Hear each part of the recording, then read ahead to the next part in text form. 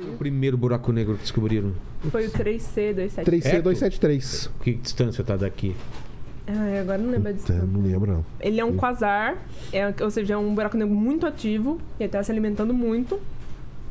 Assim, buracos negros que estão, assim, se alimentando numa taxa absurda, eles levam o nome de quasar. Então, assim, quando eles estão se alimentando, o disco ao redor deles brilha tanto, mas tanto, que às vezes esse brilho é maior do que da Via Láctea, ou da Via Láctea da galáxia inteira. Que é o que acontece com esse 3C273. Que ele tá se alimentando tanto, e aquilo tá brilhando tanto, que, assim, a galáxia é ofuscada por ele. Isso mesmo. E o nome quasar é muito legal, o pessoal não sabia, né? Quasar é quase stellar, que eles chamam, radio source, ou seja, uma fonte de rádio quase estelar. Não pode ser estelar, porque estrela a gente sabe como que é. Então eles tiveram que dar um outro nome, e aí deram o nome de quasar pra eles, entendeu? Então é muito interessante isso aí, graças à radioastronomia. Mas esse primeiro não tinha foto, não tinha nada, era só pelo rádio, pelas... Tem a foto dele, mas a foto dele não é dele. É como se fosse uma estrela. Como assim não é dele? É porque não é... Depois nós vamos explicar a foto do buraco negro, né? Porque a foto do buraco, a gente tá vendo lá, o quasar, o que você vê é a emissão, é o brilho dele ali todo, entendeu? Ele mesmo não emite luz, né? Ele mesmo lá no meio, não. O que emite é o Esse disco. desenho que você fez no braço, por exemplo. O que é isso? Tem umas imagens pra gente... Tem. Porque é tão complicado de entender. Como que... essa aqui também é interessante, essa aqui. Essa aqui? Vamos lá. Dá pra... Cadê? Essa aqui. Bom. Aí aqui no centro a gente tem... É lindo isso, né, cara? É lindo. Nossa, é muito bonito. É lindo. Eu acho que talvez seja um dos objetos mais bonitos. Né? Bom, aí a gente tem o buraco negro, né, no centro, que não emite luz nenhuma, porque toda luz que entra não consegue sair, não reflete nada. Ele absorve? Isso é bom explicar pra galera que ele não é um ralo. Não é um ralo, né? Não é um ralo. As pessoas tendem a achar que, assim, que ele sai por aí sugando tudo. Porque você não escoa, tinha que escoar pra algum lugar. Não é? Existe uma teoria pra isso. É? Tá.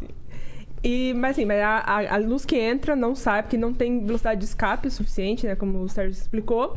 Então aqui a gente tem um buraco negro. Quando uma estrela, ou gás, ou um planeta, ou qualquer coisa chega muito próximo a ele, né? O campo gravitacional dele, ele acaba sendo capturado e vira esse disco que a gente tá vendo aqui. Esse disco. O que são essas coisas aqui? Que parece até o anel de Saturno deformado. Então, esse aqui do meio, que parece um anelzinho mesmo, é o disco dele, que é como se fosse um anel de Saturno mesmo, só que é um disco que a gente chama de disco de acreção, que tá espiralando em direção ao buraco negro lá no centro. O que tem aqui? Tem meteoro, tem asteroide? Tudo que passou, tudo que entrou no que a gente chama de horizonte de eventos. Se tiver uma nave alienígena, é capturada. Vai embora. E vira esse disco aí, faz tudo parte do disco. Tá. Em geral, é mais gás que cai.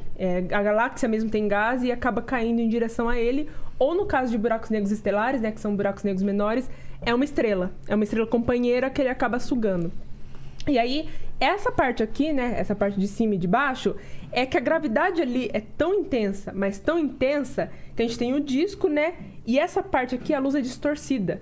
Então, a luz faz uma curva. Então, esse efeito que o Sérgio falou é justamente isso, mas acontecendo de uma forma muito intensa em torno do buraco negro, porque a gravidade aqui é extrema. Assustadora. Então, a luz curva o buraco negro, e aí a gente vê esses dois, o anel, né? A gente vê o anel que é o disco de acreção. Tá chupando coisas, né? Trazendo pra perto. Trazendo coisa, orbitando. E aqui em volta... E aqui é a luz sendo distorcida do disco, que vem na nossa direção.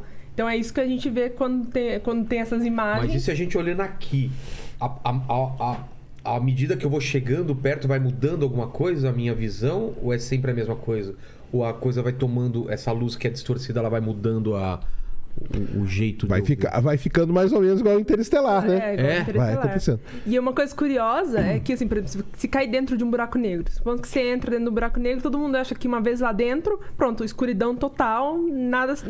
os caras falam que viram espaguete, né? Tem... Luz de pequena massa. Luz de grande, não.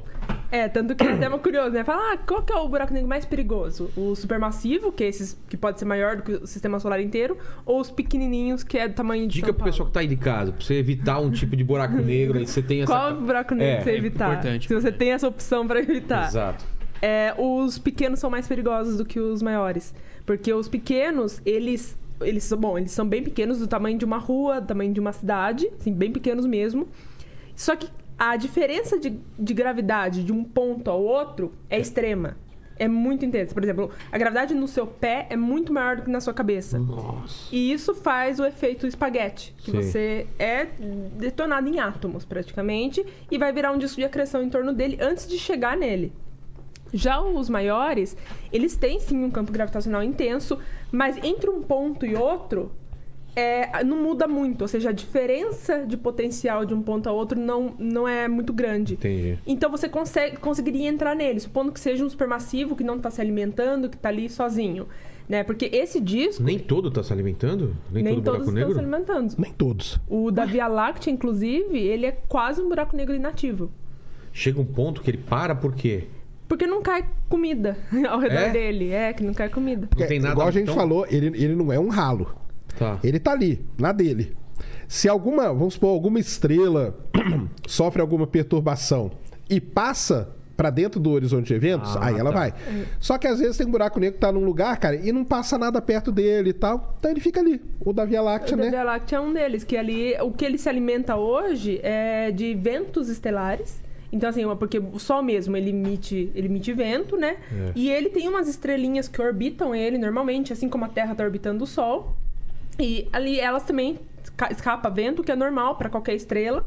E esses ventos, às vezes, caem em direção a ele e ele acaba se alimentando. Então, a gente fala que a dieta do Sagitários da Estrela, que é o nome desse buraco negro, é ventos estelares, que não é muita coisa, é bem pouco.